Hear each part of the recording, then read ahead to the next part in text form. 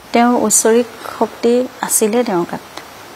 সেইকাৰণে তেওঁ বহুত কথা আগতীয়াকৈ কৈ থৈ গৈছিল আৰু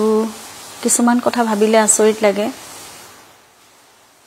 আগতীয়াকৈ এনেকুৱা ধৰণৰ কথা যে মই গুচি যোৱাৰ পিছত এই গানটো সকলোতে বাজিব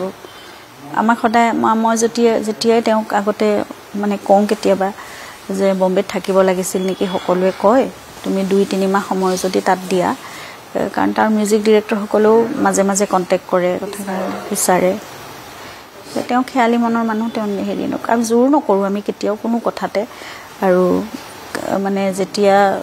তেওঁক অকণমান ভাগৰুৱা দেখো সদায় কাম নালাগে কৰিব বুলি সেই কথাটোহে কওঁ যে তুমি এবাৰ নালাগেচোন ফাংচনবোৰ কৰিব বা নালাগেচোন তুমি একো কৰিব নালাগে এনেই নিজে ফুৰিবলৈ যোৱা ক'ৰবাত নহ'লে বা অকলে বহা এনেকুৱা ধৰণৰ কথাবোৰ কওঁ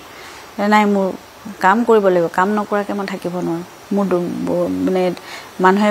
সময় নষ্ট কৰিব নোৱাৰে এভৰি ছেকেণ্ড কাউণ্টছ মোক তেনেকৈ কয় এই কথাবোৰে মোক এতিয়া ডিষ্টাৰ্ব কৰে কি কাৰণে তেওঁ ইমান দৌৰি আছিল কাৰণে আহিছিল